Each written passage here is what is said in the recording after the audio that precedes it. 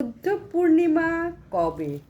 2026 সালে 1 মে শুক্রবার বুদ্ধ পূর্ণিমা।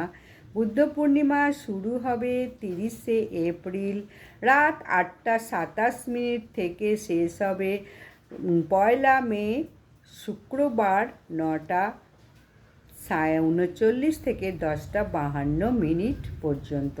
উদয় তিথি অনুসারে 1 মে স্নান উপবাস পালন করা হয়। বুদ্ধ পূর্ণিমার মাহাত্ম্যটা একটু বলবো।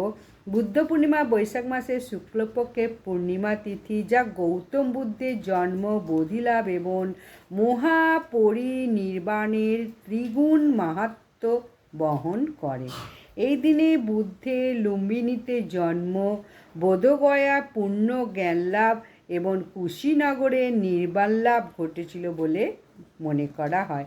এটি শুধু বৌদ্ধদের নয়, হিন্দুদের কাছেও বিষ্ণুর নবম অবতারের জয়ন্তী হিসাবে পবিত্র।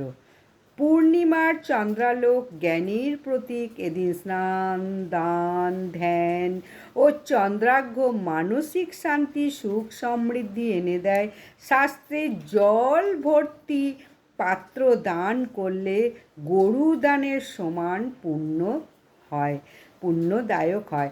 বুদ্ধের চতুরার্য সত্য, অষ্টাঙ্গিক মার্গ, দুঃখ নিবৃত্তির পথ দেখায়। ভিডিওটা ভালো লাগলে লাইক, সাবস্ক্রাইব, শেয়ার করে দিও।